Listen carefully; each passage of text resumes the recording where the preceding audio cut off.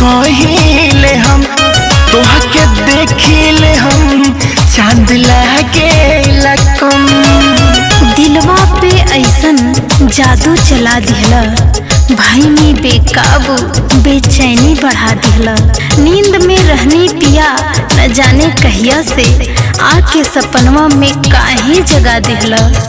तोहर खा के कसम सच कहिले हम तोहा के देखिले हम चांद लागे लकम। पोरे पोरे तू रस से भरल बाड़ू हो, पोरे पोरे तू रस से भरल बाड़ू हो। जैसे लागे कि खिलल कमल बाड़ू हो, जैसे लागे कि खिलल कमल बाड़ू हो।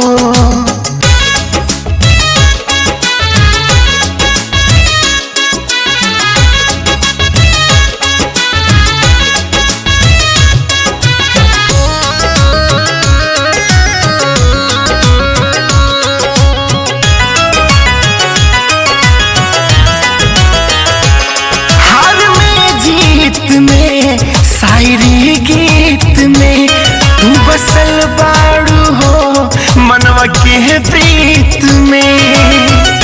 अइला तू जब से जिंदगिया में राजा, चार चांद लागल मोर भगिया में राजा।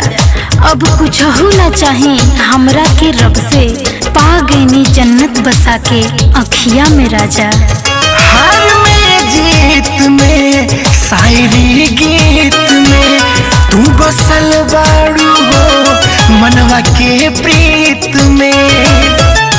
रिजवान रीत से के तू तो गजल बाड़ू हो, रिजवान रीत से के तू तो गजल बाड़ू हो। जैसे लागे कि खिलल कमल बाड़ू हो, जैसे लागे